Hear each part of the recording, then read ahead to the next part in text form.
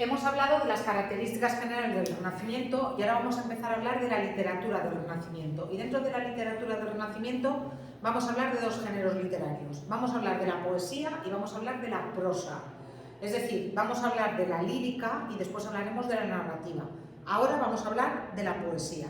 Mirad, cuando hablamos de la poesía del Renacimiento, la idea básica que os tiene que quedar es que la poesía española del Renacimiento lo que es una copia, una imitación, una recreación, si preferís, de la poesía italiana del siglo anterior. En el siglo anterior, de hecho antes del siglo anterior, en el siglo XIV, en Italia va a haber un poeta que va a ser fundamental, que es Petrarca. Petrarca va a ser el que va a introducir en la poesía ese concepto de amor platónico del que os hablaba antes. Petrarca, un día entrando en una iglesia, ve a una mujer que se llama Laura, de la que se enamora perdidamente, pero él nunca le confiesa su amor a Laura. Laura se casa con otro hombre y luego también Laura muere de peste, en esas epidemias de peste que os dije que se dan en el siglo XIV. Laura muere de peste y deja completamente desolado a Petrarca, de forma que Petrarca le escribe poemas en vida de Madonna Laura, es así como la llama él, y en muerte de Madonna Laura, cuando ella está viva y cuando ella está muerta. Pero son siempre poemas de amor platónico, como os he dicho, porque ella no sabe que él la quiere, ni él espera que ella le corresponda, sino, como os he contado antes, ese amor puro y ese amor que no espera correspondencia está en la base justamente de las ideas del Renacimiento, de cómo tiene que ser el sentimiento amoroso. ¿De acuerdo? Entonces, a partir de ahí, Petrarca va a influir decisivamente en la poesía española, en los temas, pero también en la forma de escribir. Si recordáis, habíamos hablado del Mester de Juglaría y del Mester de Clerecía, y habíamos visto cómo el Mester de Juglaría y el Mester de Clerecía utilizaban una métrica muy particular. Petrarca va a escribir fundamentalmente en versos de 11 sílabas, y Petrarca va a ser el que va a dar la importancia que tiene hoy en día y que ha tenido durante siglos a una forma métrica muy concreta que se llama el soneto. ¿Qué es un soneto? Mirad este texto que tenéis aquí. ¿Veis este texto? Este texto está formado por versos de 11 sílabas. Y esos versos de 11 sílabas se llaman endecasílabos. Los versos de 11 sílabas se llaman endecasílabos. Y si os fijáis son 4 versos, 4 versos, 3 versos, 3 versos. Esto es un soneto. El soneto no lo inventa Petrarca, lo inventa un autor anterior a Petrarca. Lo que pasa es que ese autor no tiene mucho éxito. Petrarca coge esa fórmula que se había inventado ese autor y ya os digo, va a darle la importancia que va a tener después. A partir de Petrarca, todos los autores poetas, todos los poetas cultos del siglo XVI, XVII, XVIII, XIX y hasta casi del siglo XX van a escribir sonetos, o prácticamente todos, sobre todo en el siglo XVII y en el siglo XVI, van a escribir sonetos. Repito, estrofas de 2 estrofas de 4 versos, 2 estrofas de 3 versos, de rima consonante, y todos los versos son de 11 sílabas. Y si os fijáis, los cuartetos, es decir, las estrofas de 4 sílabas, riman A, B, B, A. ¿Veis? Esto, eo, esto, eo, esto. ¿Veis? A, B, B, A. Y luego los tercetos riman de forma diferente. Para los tercetos hay diferentes opciones, Fijaos en este otro soneto. De nuevo, 4, 4, 3, 3, 11 sílabas. Si los contarais veríais que todas tienen 11 sílabas.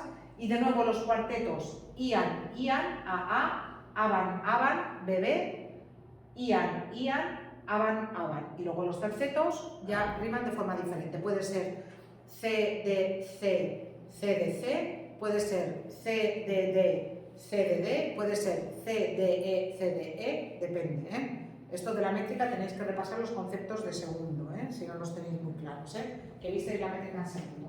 Repito, el soneto va a ser importantísimo por Petrarca. Además de todo eso, tenéis que recordar lo que os he dicho antes. Los temas que va a utilizar la poesía renacentista va a ser fundamentalmente el amor, concebido desde ese punto de vista platónico que os he explicado, que es el punto de vista que los autores copian o imitan de Petrarca, la naturaleza, pero también, como os he dicho antes, no la naturaleza como es, sino la naturaleza como debería ser, en lo que se llama, con una expresión latina, el locus amoenus, el lugar perfecto. A lo mejor os suena de segundo cuando visteis los diferentes temas, los diferentes tópicos que visteis, tempus fugit, carpe diem, visteis probablemente el locus amoenus, que es un lugar perfecto, un lugar ideal.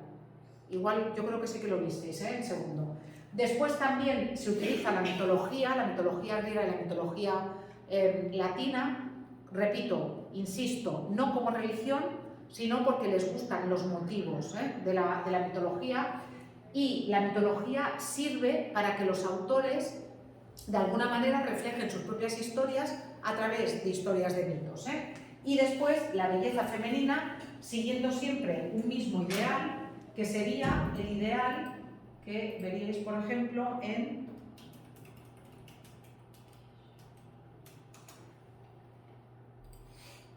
este cuadro famosísimo del nacimiento de Venus de Botticelli. ¿Os suena este cuadro? El nacimiento de Venus. Vale, veis, este es el tipo de belleza ideal del Renacimiento, que repito, es un tipo de belleza que se parece mucho al tipo de belleza ideal con el que hoy en día pues todavía identificamos, yo que sé, a muchas modelos, hay muchas actrices, sería una mujer esbelta, sería una mujer blanca, fijaos que el tipo de belleza ideal sigue siendo el de la mujer blanca, es muy triste pero es así, aunque las mujeres blancas sean la minoría de la población mundial, pero sigue siendo así. Una mujer de ojos claros, una mujer de pelo largo, muchas veces una mujer rubia. Entonces, este tipo de belleza, que es el tipo de belleza que consagra también en sus poemas Petrarca, es el tipo de belleza que después también es la que elige Botticelli para representar a Venus, que como sabéis era la diosa del amor en la mitología romana. Por tanto, ese tipo de belleza es la que vamos a ver reflejada en muchos de los poemas de la época. En este vídeo tenéis explicadas las características de la literatura del Renacimiento, también lo veis en casa con tranquilidad. Y después también, como os he dicho, en relación con esos temas existen algunos tópicos que también vienen del Renacimiento, que vienen de la antigüedad greco-latina y que van a recuperar los autores renacentistas. Por ejemplo, el tópico del carpe diem. El tópico del carpe diem, seguramente os suena, es esa idea de que tenemos que disfrutar de la vida, que tenemos que disfrutar del momento. ¿Por qué? Pues porque la vida pasa muy rápido y si no la aprovechamos mientras somos jóvenes y tenemos salud, cuando seamos viejos y estemos enfermos, nos vamos a arrepentir de no haberlo hecho, de no haber disfrutado de la vida. Tiene mucho que ver el tópico del carpe diem con esa idea que os he dicho antes de la peste negra, de que hoy en día estás aquí, mañana estás muerto y que de alguna manera tenemos que disfrutar de lo que tenemos. También la descriptio puellae o la descripción femenina, que correspondería con ese modelo que os he dicho antes de la Venus de Botticelli. Y también después el locus amoenus o esa descripción de la naturaleza perfecta. Esos temas los autores renacentistas los van a reflejar utilizando versos fundamentalmente de 11 sílabas, los endecasílabos a los que me he referido antes, a veces solos y a veces combinados con versos de 7 sílabas. Pero lo fundamental, lo más importante, es que se implanta el soneto como forma métrica culta fundamental. Como os he dicho, los principales autores de los siglos XVI y XVII van a escribir su poesía y sobre todo su poesía amorosa utilizando el soneto.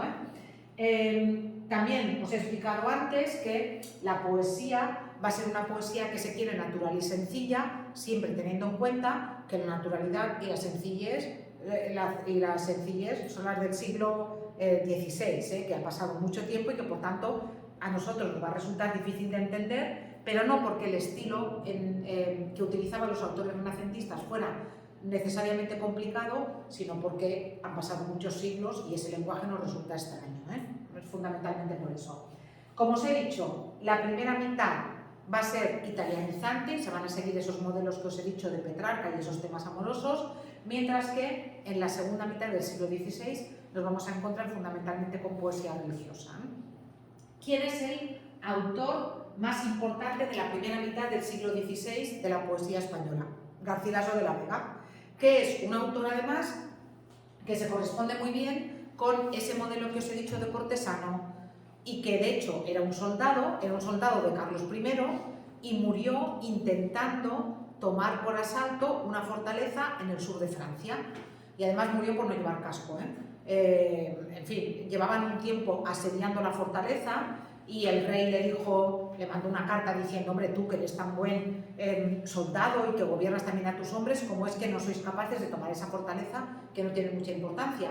Y parece que Garcilaso de la Vega se picó y entonces subió, intentó escalar en el primero de sus hombres esa fortaleza sin casco, desde arriba le tiraron una piedra, le abrieron la cabeza y estuvo como 2 semanas agonizando hasta que finalmente murió. O sea, murió por no llevar casco, para que veáis. Lo sabéis de Siri, cómo llevaban aquellas armaduras y que iban completamente cubiertos. También en el caso de Garcilaso de la Vega es muy importante tener en cuenta que él en su poesía sigue el modelo de Petrarca.